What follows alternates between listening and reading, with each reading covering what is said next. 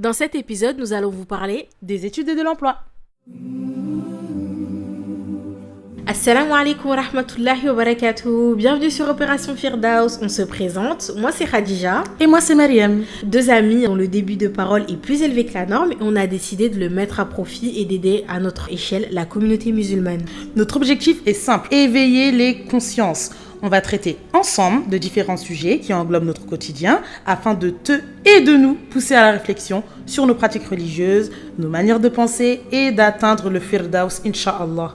Donc comme tu l'auras compris, le podcast s'adresse à toute personne qui aime Allah et son messager, toute personne à la recherche de l'excellence et qui souhaite être meilleure que la veille. Vous êtes toutes et tous les bienvenus. Ce podcast sera à l'image de notre relation amicale, à savoir bienveillant, chaleureux, détente, compréhensif, authentique et en quête d'apprentissage. Nous sommes toutes et tous dans le même bateau, alors sachez que le bien que l'on se souhaite, on vous le souhaite aussi. On te souhaite une belle écoute, Inch'Allah.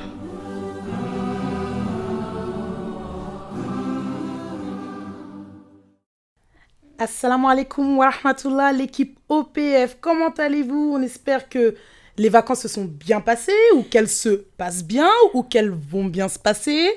Que vous êtes bien reposés, que voilà, vous avez fait toutes vos recharges, vos ressources, tout. Franchement, tout. J'espère que vous allez bien. Je sais pas pourquoi je rigole, très sincèrement. C'est la reprise. Commencé 2 fois et à chaque fois j'étais morte. C'est la reprise, elle est stressée. Ouais, je suis stressée. Ça fait longtemps en fait qu'on n'a pas repris le micro, mais comme Maria m'a dit, on espère que vous allez bien, que vous êtes bien reposés. En tout cas, vous nous avez grave manqué. C'est vrai. Et on est vraiment content de vous retrouver. Et en plus, vous avez vu, il y a eu du changement un petit peu. Le jingle, il a changé. Enfin, notre fameux générique. Il a eu du renouveau. Il a eu du renouveau parce que voilà, avec Mariam, on pouvait clairement plus l'entendre. Ouais. Voilà, c'était... Plus concevable. Ouais, c'était plus concevable. En fait, ça nous ressemblait voilà, pas. C'est c'était ça. trop protocolaire, etc. Ouais. Alors que là, c'est beaucoup plus chill, détente. Exactement. Et ça ressemble beaucoup plus à notre podcast. Tout à fait. Et toi, comment ça va? Bah moi, ça va bien, alhamdoulilah. Le travail pendant ces vacances. On a bossé. Voilà, la famille.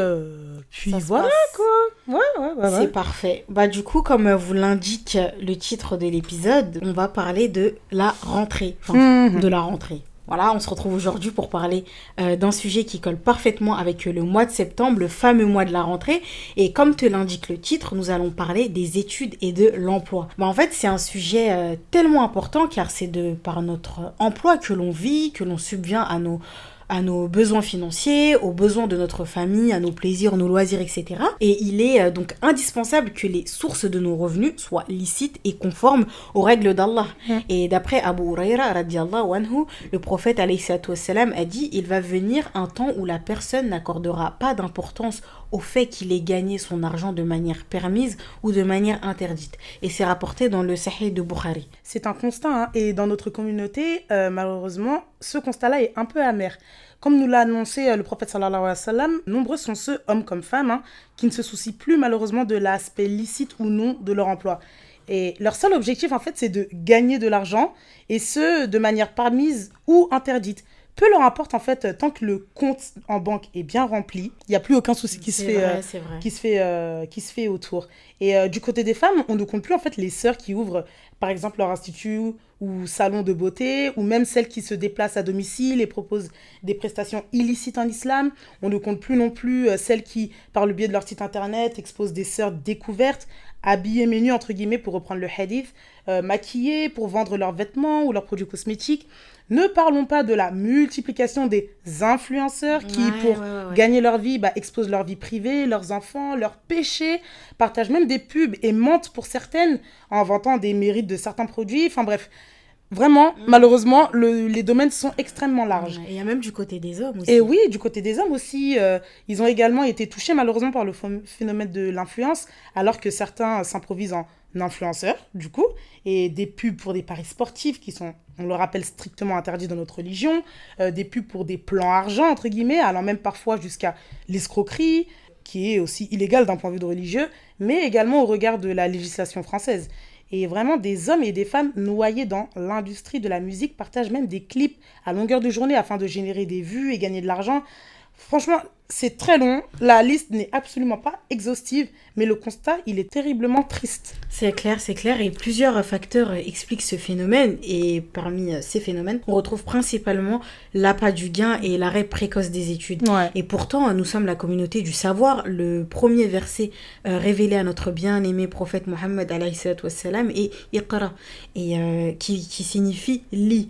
Et dans les exégèses, les savants nous expliquent que c'est pour appuyer l'importance du savoir, de lire, l'importance d'étudier et de s'informer, que ce soit les sciences religieuses ou les sciences profanes. Ouais. Et dans cet épisode, Inch'Allah, on reviendra sur notre parcours scolaire, à Mariam et moi-même. On verra également qu'il est indispensable de choisir un métier et des études en accord avec les valeurs et les principes de l'islam. Et pour finir, on expliquera pourquoi il est important d'étudier. Et là, on ne va pas uniquement parler des sciences religieuses comme on le fait habituellement, mais plutôt des sciences profanes. Et à la fin de l'épisode, on partagera 2 témoignages hyper intéressants sur le sujet. Yes, sir. Du coup, allez, ça y est, elle est réveillée. Je suis réveillée, c'est bon. On va commencer par moi, n'est-ce pas? Ouais, je te laisse commencer. Alors pour ma part, j'ai eu un parcours scolaire classique, au début en tout cas, à savoir le collège, où, bon, certes, ma principale préoccupation, c'était de m'amuser avec mes copines et assister à toutes les embrouilles du collège, etc. Mais bon, vous devinez bien que j'étais assez bavarde, Commère. Je te permets pas par contre de m'appeler comme ça. Merci. Plus jeune, j'avais pas vraiment d'idée de métier précis que je voulais exercer, mais plutôt plusieurs domaines m'intéressaient, comme médecin sans frontières, journaliste reporter. La fille, elle voulait que voyager. Mais en tout cas, je voulais aussi être catcheuse. Voilà. C'est vrai. Pour la petite, je voulais être catcheuse. J'étais fan de catch. En tout cas, voilà mes domaines vraiment qui m'intéressaient. Au lycée, bon, c'était toujours la même vibe. J'ai fait une seconde générale. Puis, par manque d'investissement, ils m'ont redirigée vers une filière professionnelle, alors que je ne savais même pas encore ce que je voulais faire de ma vie et que ces filières étaient tout de même assez ciblées. Et à ce moment-là, j'hésitais à faire commerce ou du sanitaire et social. Bon, à un moment donné, il fallait bien faire un choix. Ce fut le commerce. Mais vraiment, dès la première année, en fait, j'ai su que je ne voulais absolument pas poursuivre dans cette voie. Et j'envisageais déjà de faire une école d'infirmière. En sachant pertinemment, en fait, qu'il fallait que le bac. Je suis restée en bac pro commerce. Et puis, voilà. Vous me demanderez pourquoi le métier d'infirmière. À vrai dire, je ne sais pas trop. À forte raison sur conseil de ma mère, qui déjà depuis toujours a toujours voulu faire ce métier et m'encourager à suivre cette voie. Et aussi pour le domaine de la santé en général, car à cette période, en fait, j'étais dans un cheminement où je découvrais tout ce qui était produits d'hygiène et de cosmétiques naturels, le do-it-yourself, les choses faites maison.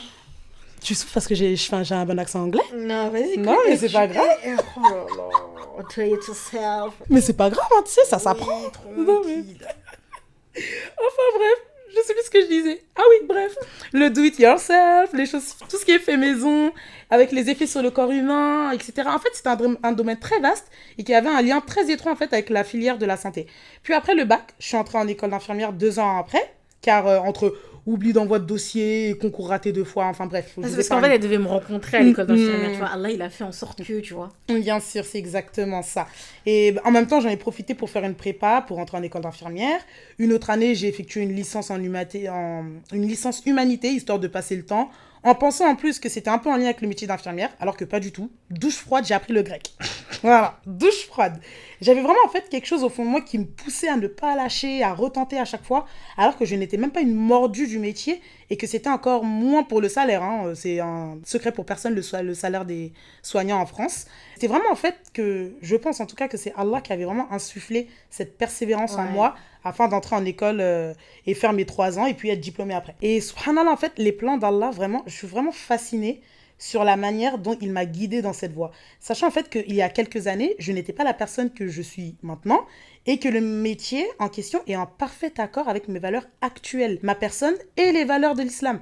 Et ces années, franchement, elles ont été déterminantes dans mon cheminement spirituel, car en sortant du commerce, en fait, je l'ai déjà dit dans un épisode, j'étais vraiment fascinée par la biologie, tout le système du corps humain. Je faisais que de me dire, mais subhanallah, Allah a créé tout pour tout, sans oublier aucun détail et de la manière la plus parfaite. Et en fait, en étudiant chaque organe ou les fonctions du corps, je me disais, attends, mais tu peux pas étudier tout cela et ne pas croire. C'est pas possible, en fait. Ça renforce. Mais oui.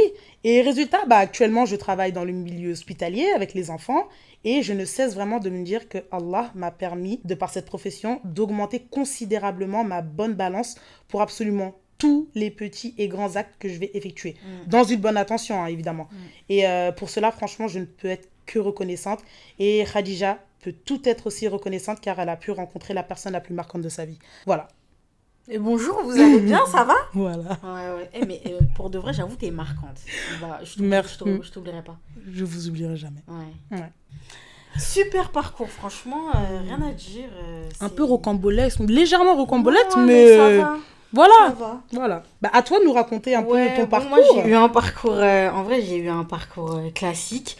J'ai fait une seconde générale et j'ai poursuivi en filière ES, économique et sociale. J'ai obtenu mon bac.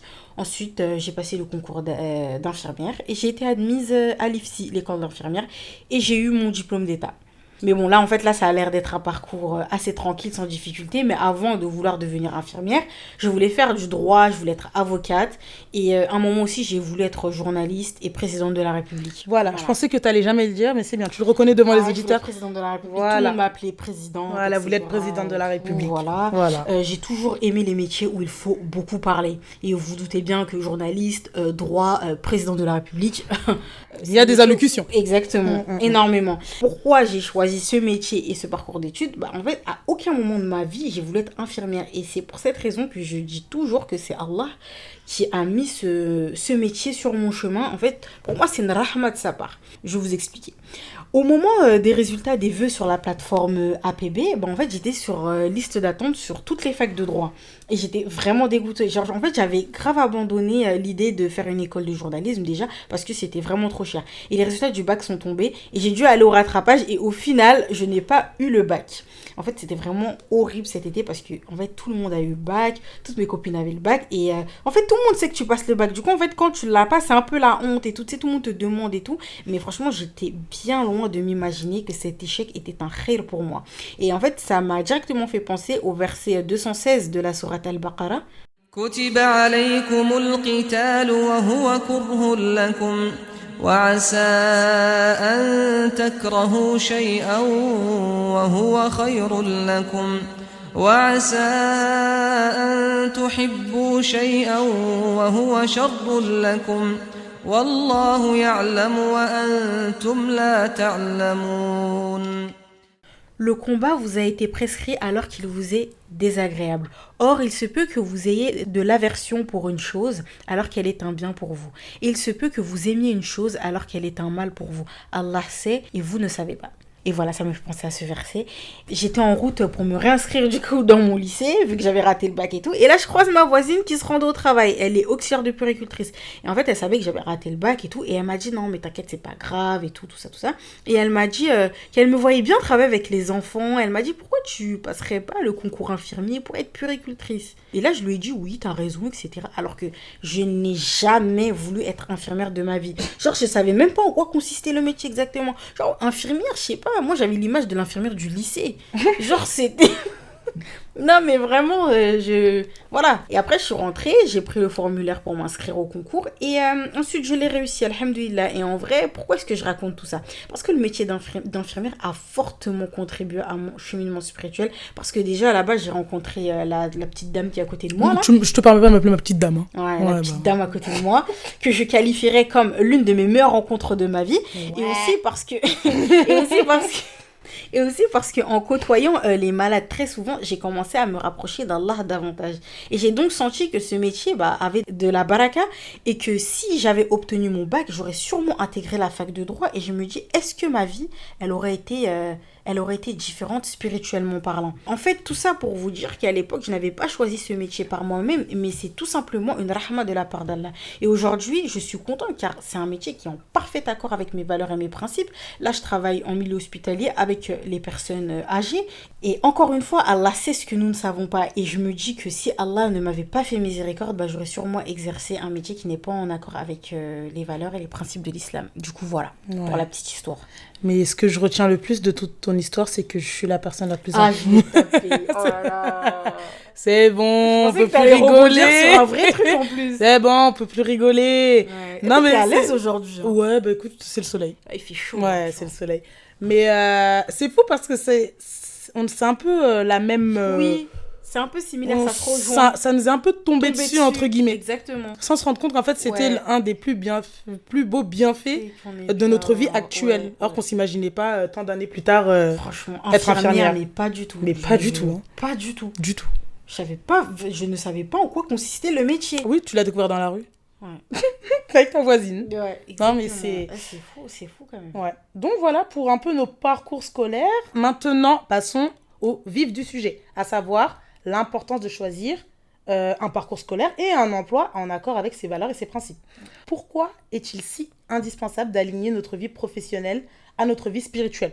D'une part, parce que déjà, la majorité de notre temps, on la passe au travail. On fait quasi toute la journée là-bas. Donc, on se doute bien qu'en fait, que si on ne peut pas allier notre vie spirituelle à notre vie professionnelle, ça va causer problème tôt ou tard. Et on le voit, hein, depuis qu'on a quel âge, la maternelle, l'élémentaire, le collège, on est tout le temps, tout notre temps. Bon, certes, on n'avait pas trop la conscience de l'emploi, etc. Mais quand même, la majorité de notre temps se consacre à l'emploi ou les études, etc. Clair. Et encore une fois, on fait référence au temps. On va vous donner un exemple après pour que cela soit plus parlant. Et d'autre part, car on a été créé par Allah dans le seul but de l'adorer. Donc en fait, ce serait illogique de d'abord faire passer notre vie pro au détriment de notre spiritualité. Exactement. Comme nous l'a dit Allah dans la sourate 51, verset 56. وَمَا خَلَقْتُ الْجِنَّ وَالْإِنسَ إِلَّا لِيَعْبُدُونَ. Je n'ai créé les djinns et les hommes que pour qu'ils m'adorent. C'est aussi simple que ça. C'est aussi simple que ça, c'est ça. Et il faut savoir trouver un équilibre entre ces deux-là, mais en aucun cas, le travail doit prendre le dessus sur notre spiritualité. On a donné un exemple très parlant dans l'épisode 3 de la partie 1, faire d'Allah sa priorité, hein, si je ne me trompe pas. On expliquait qu'il fallait mettre l'islam au centre de nos vies, ne pas le rajouter en option. Sinon, en fait, nos activités du quotidien, notamment le travail, pourraient nous faire oublier Allah. Et pour avoir la baraka d'Allah dans nos études et emplois en toutes circonstances, il faut choisir un métier et des études en accord avec les valeurs et les principes de l'islam.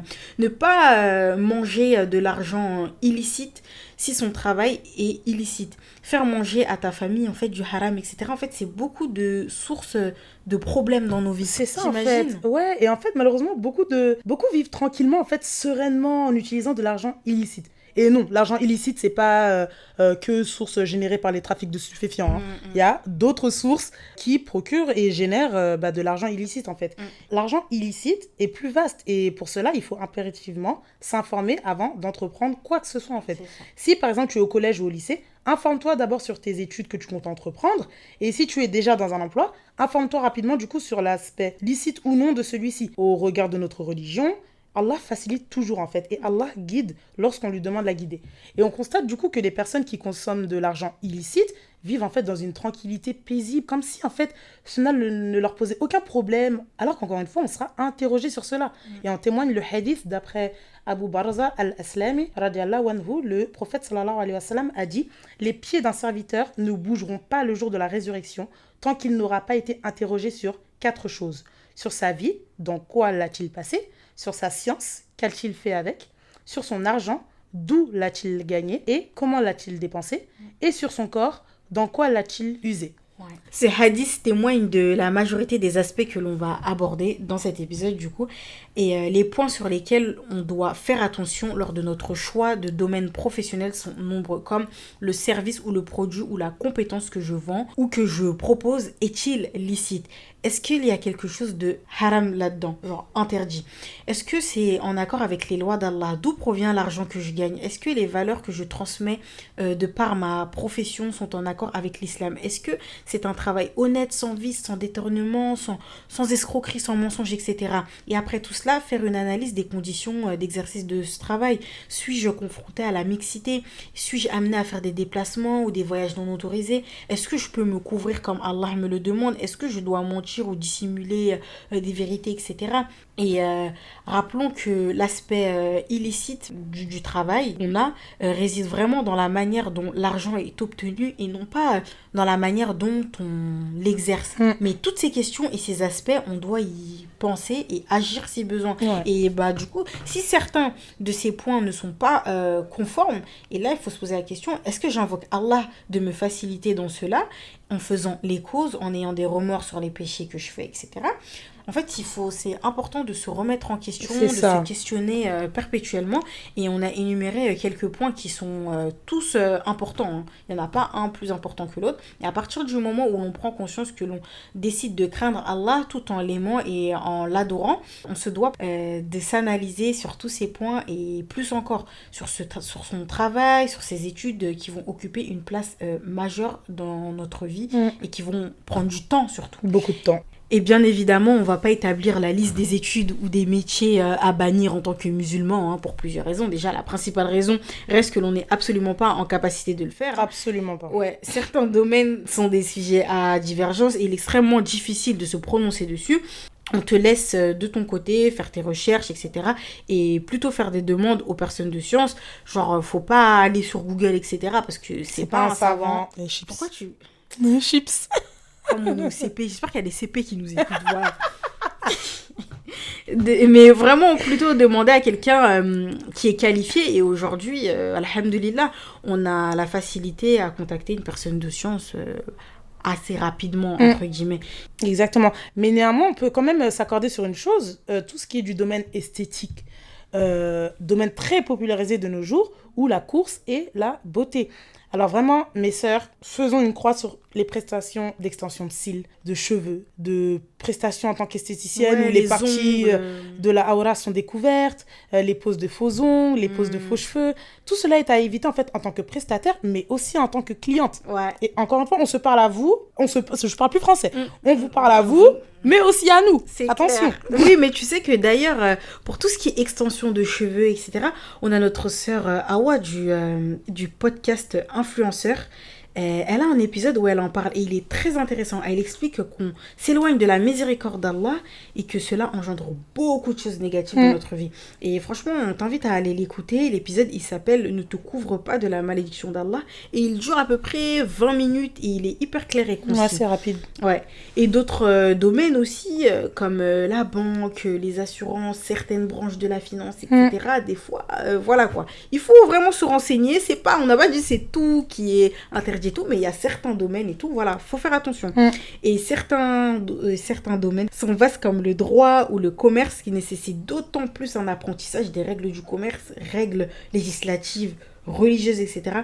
C'est tellement grand que dans la majeure partie des cas, on peut tomber dans le haram en un clin d'œil par manque de science, de précaution et par amour de cette passion, quoi. C'est Parce ça. que franchement, le commerce, c'est un gros chapitre c'est dans très, les très gros. sciences islamiques. Ouais. Et voilà. Et on doit se renseigner en fait sur tellement de choses. En plus, tu sais, même la zakat que l'on doit payer sur le commerce que l'on tient. Ouais, non, mais sérieux. Ce ne sont pas des blagues, vraiment. C'est pas on se réveille, on ouvre une page Instagram, on vend des articles, on sait pas vraiment... Et puis basta. Ouais, Non. c'est ça en fait. Non, quand même. Et pour ceux même qui ont des commerces, certains ne se renseignent même pas, tu sais, sur les règles relatives à la vente, les types de contrats de vente interdits, les règles de bienséance envers les clients, etc. Faut vraiment faire très attention à cela, et parce que c'est à nos risques et périls, en fait. Quand Allah nous demandera des comptes dessus, on nous en fera payer le prix cher. Aurons-nous une justification valable auprès d'Allah? Donc vraiment, qu'importe ce qu'on entreprend, on doit veiller à ce que l'on va pratiquer, prodiguer, et les conditions dans lesquelles on va faire cela, en fait. Mais aussi penser aux conséquences de celle-ci. Est-ce que je vais encourager la population à commettre l'illicite, même si c'est indirectement, hein. Est-ce que je vais les pousser à ne pas respecter les règles d'Allah, comme la négligence de la prière, l'intérêt usuaire, le fait de découvrir le corps pour hommes et femmes, de m'exhiber, de propager de la musique, et de propager aussi des valeurs telles que la course aux richesses, encourager certains mouvements nouveaux, dont taire le nom, hein, on ne veut pas se retrouver dans la sauce sur Twitter, etc. On va éviter. Enfin bref, tout est à passer au peigne fin, vraiment. Oui, c'est ça. Franchement, t'as tout bien résumé. Et puis même au-delà de respecter des règles religieuses, il faut également respecter les termes de notre contrat vis-à-vis de notre employeur. Franchement, même des choses toutes bêtes, hein, comme utiliser sa voiture du travail à des fins personnelles ou utiliser la carte du travail pour aller mettre de l'essence dans sa propre voiture perso. Il faut savoir être honnête. Il faut qu'on soit honnête. Il ne faut pas que notre emploi soit une source de mauvaises actions pour nous. Nous avons tous signé un contrat avant d'entrer dans nos entreprises. Du coup, on doit on se doit de respecter les termes du contrat. C'est En fait, ça. nous sommes musulmans, on est la meilleure des communautés, on doit être le meilleur des exemples. Du coup, ce serait vraiment dommage que ton travail, à la base, il est licite, et toi, par tes actions, tu vas le rendre illicite parce que tu vas utiliser l'argent du travail pour aller faire tes courses, le camion de livraison, tu vas aller faire tes déménagements le week-end. C'est ça. Non, mais c'est ça. Vraiment. Et en plus, si on prend la responsabilité de ne pas se renseigner sur nos études, notre profession, les règles législatives en lien, par peur d'être face en fait à nos actes gravissimes et de prendre une douche froide, encore une fois, chacun fera face à ses actes le jour de la résurrection qui sera terrible. Et j'ai une petite anecdote d'ailleurs qui est toute fraîche. Parce que cette semaine, en fait, en révisant une sourate avec une amie, je te passe le salut, hein, avec une amie d'ailleurs qui fait partie de l'équipe OPF, en révisant la sourate Al-Mutaffifin, et cette sourate, en fait, elle aborde tout ce qui est la fraude. Et vraiment, on s'est dit, mais c'est incroyable, en fait, tous les petits chemins, en fait, qu'on emprunte de manière insignifiante, pourtant, on le sait au fond de nous, en fait, que ce n'est pas à faire, que c'est même interdit ou autre, mais alors qu'on a rendu ça en fait banal, comme tu l'as dit, l'utilisation de tout ce qui est mis à notre portée par le travail, etc. Oui. Et c'est là qu'on s'est rendu compte, on a médité dessus avec cette amie-là, on s'est dit, mais subhanallah, tu ouvres vraiment le Coran, tu te poses dessus, il y a absolument tout, on te met en garde sur tout. On te rassure surtout, tout est abordé. On n'a aucune excuse. En fait, il est intemporel. C'est ça. On croire qu'il a été écrit tout Exactement. Il n'y a pas de c'est pas accordé, c'est pas adapté à notre temps, etc. Non, absolument tout est marqué dedans. Donc voilà, c'était la petite aparté. Oui, non, mais très bien, la petite minute. Ouais, merci. J'allais dire infirmière. Ouais, non, c'est pas une minute infirmière cette fois-ci. Coranique. C'est ça. Non, c'est bien. Mais c'est ça. Et aussi, j'ai oublié de dire, il faut aussi souligner le cas où nous occupons, par exemple, des postes ou une place importante et influente au sein de notre profession, de permettre à nos collègues de respecter les règles divines. Juste un exemple parlant. Par exemple, je trouve ça vraiment aberrant, hein, si je peux dire ça comme ça. Tu peux te permettre. Que la majorité des restaurants vendant de la viande halal, donc sacrifiés selon les rites islamiques et au nom d'Allah, ne permettent pas aux consommateurs d'effectuer leurs prières au sein de l'endroit. Aberrant. Genre, en fait, il va falloir m'expliquer comment les gérants à majorité de confession musulmane peuvent empêcher leurs frères et sœurs en islam de ne pas accomplir leur adoration dans leur même enseigne qui sont censés être alignés aux valeurs de l'islam. Très bonne question. En fait, ça m'est déjà arrivé plein de fois. Genre, je suis pas quelqu'un, je veux montrer, je prie partout, etc. Mais en fait, tu vois que le magasin, il est vraiment... le restaurant, il est vraiment... Tout est halal, c'est certifié, etc. AVS, c'est tout. Les personnes... Tu sais que c'est des musulmans et tout, et genre c'est l'heure de la prière, tu dis est-ce que je peux prier vite fait non, on n'a pas d'endroit, je suis désolée. Non, je suis désolée et tout. Non. Mais en fait, et là on en vient à se poser des questions, genre, est-ce qu'ils vendent de la viande halal par crainte d'Allah ou plutôt pour appâter les clients? Encore une fois, la question reste la même. Par respect aux règles religieuses ou par course vaine à la richesse et amour de l'argent? Donc vraiment, en fait, il va falloir revoir nos intentions premières et secondaires du professionnel qu'on aspire à être. Et malheureusement, beaucoup d'hommes comme femmes tiennent le discours de « dans notre temps, c'est quasi impossible de travailler sans mixité. » Non mais attends, mais c'est vrai.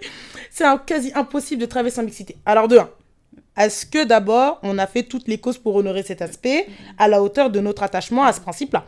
Et quand on parle des causes, on parle d'invocation, mais aussi des démarches qu'on a faites, des négociations, de la patience surtout, avant de trouver un poste qui nous convienne.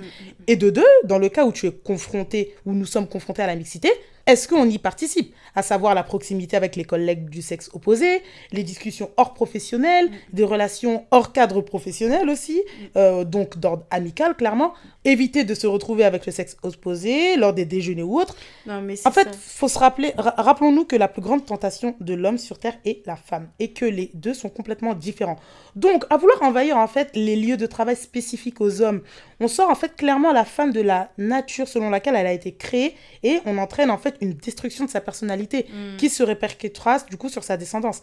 En fait, ça a l'air anodin, ça a l'air très général, très banal, très philosophique présenté comme ça, mais en fait, ça va très très loin cette histoire. Et faire travailler la femme au même titre que l'homme conduit à détruire la fondation de la vie familiale, en plus de détruire les liens entre la femme, son époux et ses enfants. Cela mène à avilir en fait le comportement de la femme qui quitte en fait son rôle primaire de mère de famille, épouse et structure fondamentale de la stabilité familiale. Mais là tu te trompes. Je me hais.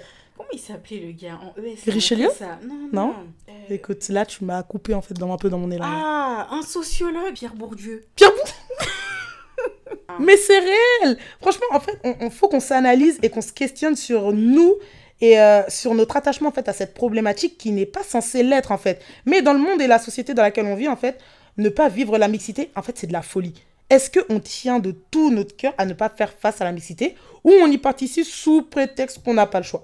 Vraiment, n'oublions pas en fait que chaque détail compte. On devra rendre des comptes sur absolument tout. Non, franchement, je Bourdieu, rigolais et du tout, coup. Pierre Bourdieu, ouais. Bourdieu. Mais pour ceux qui ne savent pas, c'est un sociologue contemporain. Je le connaissais pas. Ouais, c'est un Ouais. sociologue contemporain. Donc voilà, en tout cas, pour tout ce qui est de l'importance de choisir un parcours scolaire, un emploi, etc., en accord avec ses valeurs et ses principes. Chips personnels. J'espère qu'il y a des CP qui nous écoutent. Pardon. Et du coup, là, on va vraiment passer à la troisième partie qui est l'importance d'étudier les études religieuses et les études profanes. Alors, concernant les sciences religieuses, si tu as écouté notre épisode 3 sur faire d'Allah sa priorité, tu as donc compris que pour aimer Allah et l'adorer de la meilleure des manières, il faut le connaître et que pour le connaître, cela passe par l'apprentissage des sciences religieuses et principalement par le tawhid, l'unicité. Et on ne peut pas esquiver ou bâcler ça. Pas possible. Ouais. Et tout cela, en fait, dans le but déjà d'être reconnaissant envers lui et de lui accorder le maximum de temps possible cette entité que nous ne contrôlons absolument pas et pour lui vouer nos actes d'adoration avec amour et sans sentir, tu sais, ce fardeau, entre guillemets.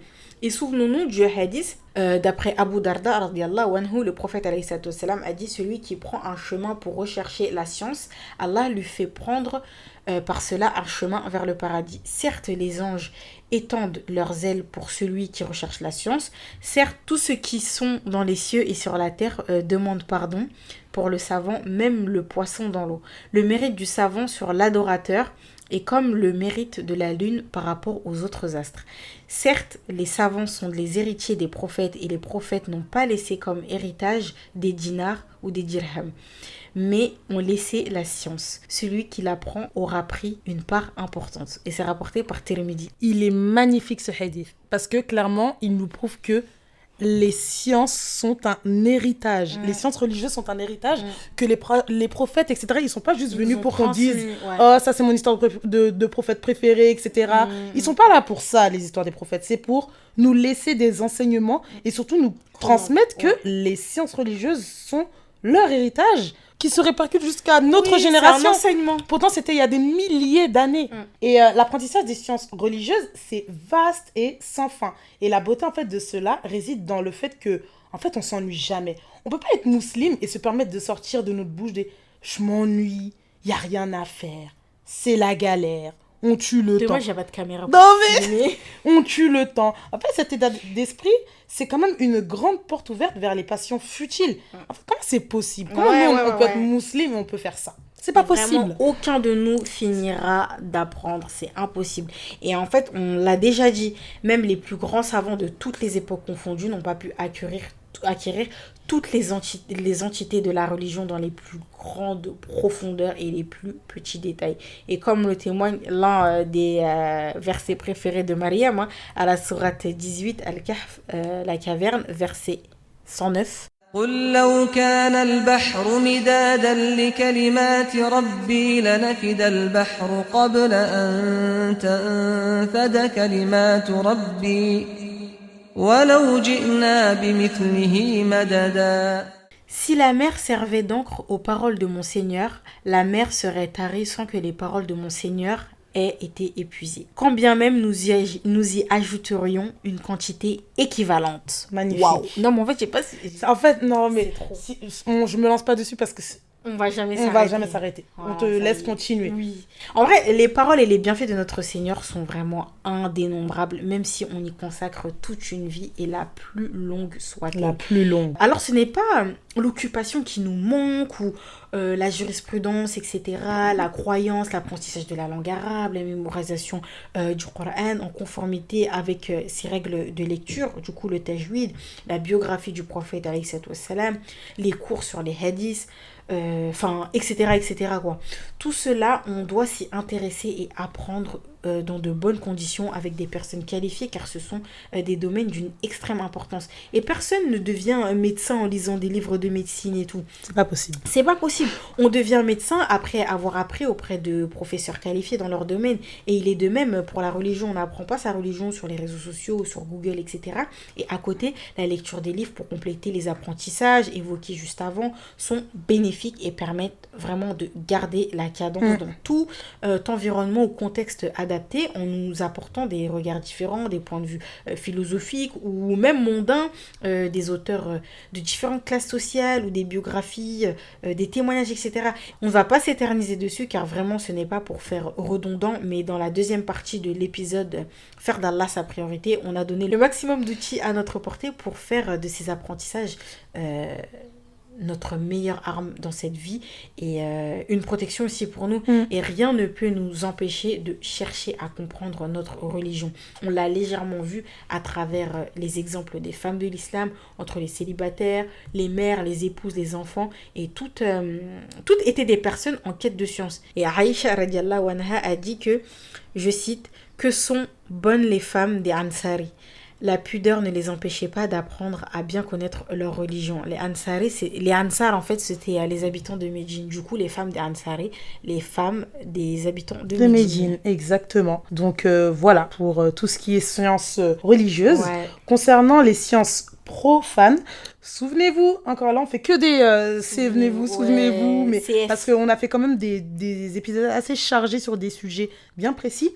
Mais en tout cas, dans l'épisode de la femme musulmane, on disait que la femme habile et intelligente, c'est celle qui réussira à entretenir de façon équilibrée son corps, son esprit et son âme. Et là, précisément, on va se pencher sur la deuxième composante, à savoir l'esprit. On sait que la manière de penser et la logique de voir les choses sont ceux qui définissent l'identité de l'être humain. D'où l'importance du coup de la culture de l'esprit et son développement à travers l'acquisition du savoir concernant les divers domaines de la connaissance. Prenons l'exemple de deux de nos prophètes qui sont des exemples parmi tant d'autres dans l'apprentissage des sciences profanes liées à cette vie-là. Et en fait, c'est en écoutant les épisodes concernés du podcast Minute Islam qu'on a justement fait ce lien. Il s'agit de Adam alayhi salam et Idriss alayhi salam. Parlons brièvement d'abord dans un premier temps de Adam alayhi salam. Papa Adam, comme la sœur Zainab de Coran de ton cœur nous a habitués à l'appeler, qu'Allah lui fasse miséricorde. Alors, pourquoi notre bien-aimé prophète Adam alayhi salam, le premier homme sur terre, le père de l'humanité, nous intéresse dans un épisode s'appelant Études et emploi? Tout simplement car Adam alayhi salam est le premier connaisseur et savant de l'humanité. En fait, à sa création, Allah subhanahu wa ta'ala a appris et a accordé à Adam la capacité d'identifier et de désigner le nom de toute chose, tout ce qui se trouve sur Terre, tout ce qui se trouve dans les dictionnaires du monde entier, toute langue, absolument tout en fait, pour l'aider et nous aider dans notre capacité à adorer et aimer Allah. Comme nous le dit le verset 31 de la sourate Al-Baqarah, la vache. وعلم آدم الأسماء كلها ثم عرضهم على الملائكة فقال أنبئوني بأسماء هؤلاء إن كنتم صادقين. Il apprit à Adam le nom de chaque chose, puis il les présenta aux anges et dit « Informez-moi des noms de ces choses, si vous êtes véridiques en ce que vous prétendez. » Allah subhanahu wa ta'ala, il lui a accordé la langue, la parole et la capacité de communiquer, donner le besoin et l'amour en fait de la connaissance. Il venait même à demander en fait aux anges des informations sur des choses, sauf qu'en fait il était plus connaisseur qu'eux. Passons au deuxième exemple, au prophète Idriss alayhi salam, l'inventeur de l'écriture. Et d'ailleurs, quand on étudie la langue arabe, on constate que Idriss vient du mot darasa, qui veut dire étudier. Coïncidence? On ne croit pas. Et il était passionné en fait par l'univers, l'astronomie, les sciences, les calculs. Il est quand même le premier couturier de l'histoire de l'humanité, subhanallah. Maintenant, pourquoi avoir fait le choix de ces deux modèles de vie pour vous argumenter l'apprentissage des sciences profanes, en abordant même pas en fait le modèle de piété qu'il représentait. Aux dernières nouvelles, étudier les calculs, faire de la couture ou autres activités ne sont pas des actes d'adoration au même rang que la prière, l'aumône, la zakat, etc. Et pourtant en fait, nos modèles, les prophètes, Les compagnons du prophète sallallahu alayhi wa sallam, nos pieux prédécesseurs, ils accordaient du temps à ces activités-là sans pour autant perdre du temps ou ne pas consacrer du temps à adorer Allah subhanahu wa ta'ala. Et en fait, c'est là que la réflexion se pose sur toutes nos activités mondaines. Pourquoi on les fait? Dans quel but? Quels en sont les bénéfices et pour qui? Est-ce que c'est une activité qui procure un bienfait licite pour des personnes? Pour ma foi? Est-ce que cette activité m'aide à accroître mon amour pour Allah? Toutes ces questions et ces réflexions sont à se poser. C'est ça, et en plus, on en revient à ce que l'on t'avait dit dans l'épisode 2, le temps, à savoir l'intention mise dans un acte ou une parole fait d'elle une adoration ou non. En fait, ça fait d'elle une adoration ou non. Et Allah nous le demande, il ne nous demande pas de l'adorer, genre en nous cloîtrant. En fait, 424, 7 jours sur 7, dans une pièce isolée à étudier la langue arabe, le Coran, apprendre par cœur les sourates, etc. sans cesse, en passant outre nos familles, nos compagnons de vie, conjugales ou amicales, etc. ou autres personnes de la communauté ou non d'ailleurs. On se doit de l'adorer à travers tous nos actes de la vie quotidienne. Cela passe par notre profession, nos études, nos activités sportives, artistiques, etc. Et d'ailleurs, on peut observer que nos prophètes n'étaient pas prophètes, entre guillemets, de métier. C'était des humains avant tout comme nous, qui vivaient sur Terre avec leur train de vie. Ils étaient bergers, menuisiers, couturiers, agriculteurs, ils forgeaient des armures, etc. C'était des commerçants. Et là encore, tu vas peut-être te dire, ouais, mais c'était des hommes, etc. Oui, en fait, effectivement, ce sont des hommes qui doivent subvenir aux besoins de leur famille. Mais ça n'est pas parce que nous sommes des femmes que l'on doit pas être instruite. On doit être, genre, on est inculte. Non, l'apprentissage des sciences profanes est distinct de l'exercice d'un métier. Et parfois, l'exercice d'un métier est en accord avec la pratique religieuse. Donc, pourquoi en fait s'en priver? Pourquoi s'en priver? Ça sert à rien. Là, je pense que l'on t'a démontré un max que l'apprentissage des sciences profanes est un bienfait pour nous, pour notre foi et notre lien avec Allah. Et à travers n'importe quel métier licite, encore une fois, on peut adorer Allah, du métier d'agent d'entretien qui nettoie les hôpitaux jusqu'au directeur d'une entreprise, en passant par le chauffeur de bus, par exemple. Par exemple, lui, un chauffeur de bus qui effectue son travail correctement, salue tous les passagers avec sourire, vu que le sourire, on sait très bien que c'est une aumône. Il s'assure de la sécurité des passagers et les amène d'un point A à un point B, car il veut tout simplement mettre à profit ses services pour plaire à Allah. Et du coup, ça devient un métier honorable. Et c'est un métier illicite, du coup, tu vois. Exactement. Donc, venons-en à ce que l'on doit apprendre obligatoirement aussi selon notre situation, à savoir célibataire, marié, avec ou sans enfants, et en conséquence, apprendre à gérer son foyer, à éduquer ses enfants, à s'occuper de nos parents, etc. Et tout cela, devinez quoi? Eh bien, l'islam nous l'apprend. Et comment? À travers les récits de nos pieux prédécesseurs et surtout le luxe du luxe à travers la vie du prophète sallallahu alayhi wa sallam. En fait, nous sommes des musulmans à la recherche de l'excellence. On ne peut pas se contenter de faire le minimum syndical de tout ce qu'on entreprend. Certes, la perfection revient à l'islam et à Allah subhanahu wa ta'ala, mais l'excellence, se surpasser, nous incombe. Raison pour laquelle on doit appliquer et matérialiser les paroles du prophète sallallahu alayhi wa sallam, d'après Aïcha radiallahu anha, qui a dit « Certes, Allah aime que lorsque l'un d'entre vous fait un acte, qu'il le fasse parfaitement. » Et en dehors de ce qui se rapporte à notre situation sociale, maritale ou autre, l'acquisition du savoir de la vie mondaine est très importante. Et commençons par le commencement en fait, à savoir nous-mêmes, notre corps humain. On ne va pas refaire le topo de la magnificence du corps humain et à quel point c'est fascinant, mais juste pour donner un petit exemple rapide, observons le grand rôle de notre cœur, cet organe qui sert de pompe dans notre corps, l'essence de notre corps, le moteur qui bat en moyenne 100 000 fois par jour, c'est inimaginable. Il redistribue sans cesse à longueur de journée, il ne rate pas une seconde en fait, il ne rate pas une seconde sans interruption les 5-6 litres de sang dans notre corps. Il a même une activité électrique. Genre comme les armoires électriques dans les bâtiments, etc. Là. Je vois pas de quoi tu parles. Mais les armoires électriques! Je comprends pas. Non, je te jure, je sais pas. Tu connais pas une armoire électrique? Non, les auditeurs aussi. Ouais, si, moi je pense que si. Hein. Mais en tout cas, c'est la même fonction. Là, on a dit les grandes lignes, vraiment les grandes lignes de l'organe du cœur. Mais imaginez-vous ça avec toutes les composantes de notre corps. Vraiment, vous n'êtes pas prêts. Mais en fait, plus tu apprends et plus tu te rapproches de ton créateur, et c'est pour cela que c'est important d'apprendre, et c'est ça le but de notre création, d'adorer Allah, et pour l'adorer il faut le connaître, et pour le connaître on doit l'apprendre. Là vous allez dire ouais elle répète, mais c'est la vérité, et ça et en fait ça nous mène à beaucoup de choses, comme se renseigner et apprendre sur la manière dont on s'alimente, ce que l'on mange, ce qu'on utilise dans notre corps, les produits cosmétiques, hygiène, traitements médicamenteux, les vêtements que l'on utilise, etc. Absolument toutes ces choses qui se rapportent à notre propre personne et les personnes que l'on a à charge comme nos enfants.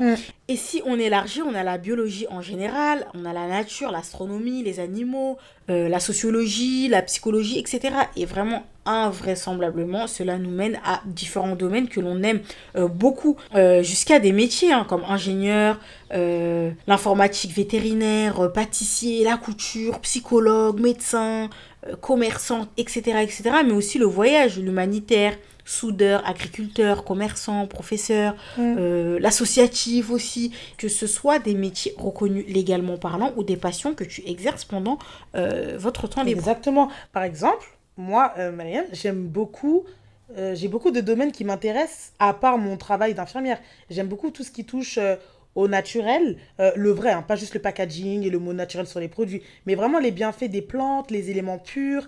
J'aime beaucoup aussi les métiers manuels comme la poterie, la couture, le tricot, tout ça que j'aimerais bien du coup tester incessamment sous peu, Inch'Allah. Et tout ce qui est aussi histoire des cultures, la mienne principalement évidemment, mais celle aussi des autres pays et continents. J'adore en fait découvrir les cultures étrangères et tout ce qui s'y rapporte, et raison pour laquelle aussi j'aime beaucoup les voyages et les découvertes culinaires, outre le fait que je suis gourmande. Mais vraiment, je suis ouverte à tout cela et curieuse dans les langues aussi. Enfin bref, vous avez cerné le personnage. J'ai beaucoup de projets que j'aimerais expérimenter, mais pas forcément pour en faire des professions. Plus pour ma culture générale et personnelle. Après, on ne sait pas de quoi il fait demain. Mais... C'est ça, mais oui. Et le statut qu'Allah accorde à la femme en islam, en la déchargeant des responsabilités financières qui incombent à sa famille, assurées par le père ou par le mari, ne doit en aucun cas être une raison d'être vide de savoir intellectuel. Vraiment, c'est pas une raison. Aucune. Et je sais pas si on se rend compte que la gravité d'être une femme dotée de sa conscience et de sa raison, mais qui n'a pas de savoir, de culture dans n'importe quel domaine. On parle pas genre de l'actualité sur les réseaux sociaux, la télé et tout. Genre vraiment, on parle du concret. Oui, c'est vraiment le concret. Ouais. Et en plus, ça dispense pas d'étudier jusqu'aux études supérieures, de sacrifier du temps dans cela, au même titre que ceux qui en font une profession à plein temps et qu'au final, elles n'exercent pas. En fait, certains se reposent même sur le fait que la femme n'est pas obligée de travailler et du coup ne s'instruisent pas. Elles se reposent totalement sur leur mari, attendent même d'être mariées pour être libérées. Genre, c'est le passe rapidus à Astérix. Genre, non mais... On est à l'Astérix ce week-end, c'est pour ça que... Je me permets. Mais vraiment, n'oublions pas que s'instruire, c'est une arme et une sécurité en cas d'épreuve. Ça reste tout de même des apports pour notre intelligence, de se former, d'étudier, etc. Oui, d'ailleurs, tu dis bien, ça me rappelle une anecdote. Une fille, une fois, elle a dit qu'elle a arrêté l'école à 16 ans car elle compte faire femme au foyer plus tard et qu'elle compte se marier avec un homme qui ne souhaite pas qu'elle travaille. Franchement, elle fait ce qu'elle veut. Franchement, il n'y a pas de souci. C'est sa vie et tout. Mais en fait, ce que j'aimerais savoir, c'est quoi le rapport entre être femme au foyer et le fait de vouloir arrêter ses études? En fait, être femme au foyer ne veut pas dire ne pas s'instruire, ne pas aller à l'école, être sans activité. D'une part, n'oublions pas que nous éduquons nos enfants. Ils auront besoin de nous, et d'autre part, on ne sait pas de quoi il fait demain. Admettons que ton époux, je sais pas moi, il décède, ou que ton époux subisse une épreuve douloureuse, par exemple, qui fait qu'il ne puisse plus travailler, ou bien même que tu subisses un divorce, je sais pas. Donc si tu n'as pas étudié, ça risque d'être très compliqué. Et même au-delà de ça, étudier pour sa propre culture personnelle, comme on l'a dit, Allah yabarik fikoum, même si tu ne comptes pas travailler plus tard, et ton diplôme, étudie. Exactement. Ça a été un contenu très, très conséquent, quand même. Dense. Je pensais pas qu'on allait durer aussi longtemps. Ouais, mais je pense qu'on peut conclure, là, quand même. Ouais, on peut conclure. Et attends, laisse-moi, j'aimerais conclure par une petite anecdote. Deuxième, excusez-moi. Une fois, on nous a demandé si le métier d'infirmière était halal ou pas. Il était licite ou pas. Comme tu l'as compris, le but de cet épisode n'était pas de dire si tel métier est licite, tel métier est halal, l'autre est haram, etc. Mais plutôt nous pousser à la réflexion. C'est-à-dire, est-ce que mon métier est en lien avec les valeurs et les principes de l'islam? Du coup, le jour que l'on arrêtera de faire de l'islam des catégories halal-haram, et ben là, je pense déjà qu'on avancera. La personne qui m'avait posé la question pour le métier d'infirmière, je lui expliquais que le métier consiste à soigner les malades, être utile à la communauté. Du coup, ce que Allah aime le plus, il y a un hadith même rapporté par rapport à ça. On donne le sourire aux gens, des fois même assister à des décès, de devoir soutenir la famille, etc. Sans compter tous les hadiths qui parlent du bienfait de la visite d'un malade. Et en lui disant cela, en fait, elle a compris que c'était un métier noble et qui mérite d'être exercé. Ouais. Notre profession doit être une adoration et doit respecter les règles d'Allah. Et ça, on le répétera jamais assez. Et on se doit de revoir nos intentions de l'exercice de notre profession et de l'apprentissage d'un domaine professionnel constamment. Si c'est juste pour avoir de l'argent, voilà, va falloir se revoir. Au moins mettre l'intention. C'est vrai que là, on va au travail pour gagner aussi notre vie. Quand même. Mais essayons de mettre notre intention là-dedans quand même. Exactement. Pour pas que ce soit nul. Et cela inclut aussi les activités extra-professionnelles, comme on l'a dit auparavant. Exactement. S'inquérir de l'origine de notre argent, d'où il provient, comment il est utilisé, dans quel contexte, etc. Et de notre devoir. C'est pas un plus qui nous rapporte des hasanat, non. Nous, on est des musulmans, on est à la recherche de l'excellence. Quand je dis nous, j'inclus vraiment tous les musulmans, toutes les personnes qui se proclament musulmanes. On est des personnes qui sont à la recherche de l'excellence et cela se pratique dans tous les domaines et aspects de notre vie. N'oublions pas que Allah a tout créé pour servir. Toute chose a sa beauté, sa particularité, son bénéfice, etc. Allah a tout décrété. Donc, on se doit de se renseigner sur les lois islamiques quant aux aspects de nos domaines professionnels.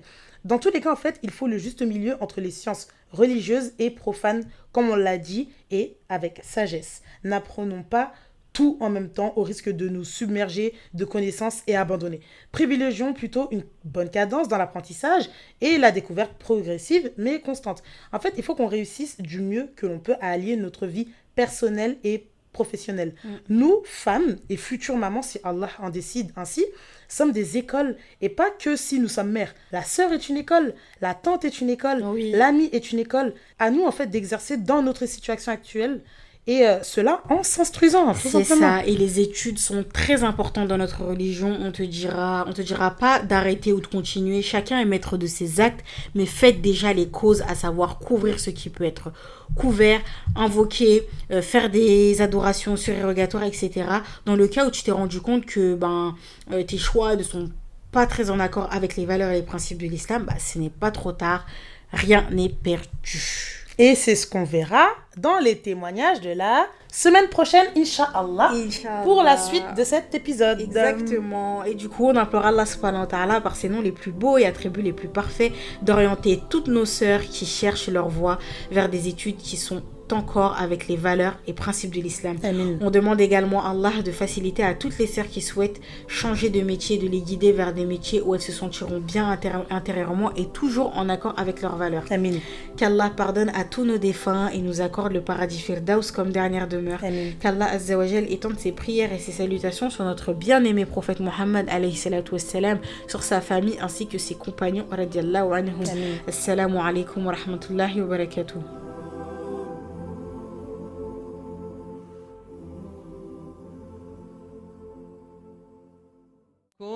كنتم خير أمة أخرجت للناس تأمرون بالمعروف وتنهون عن المنكر وتؤمنون بالله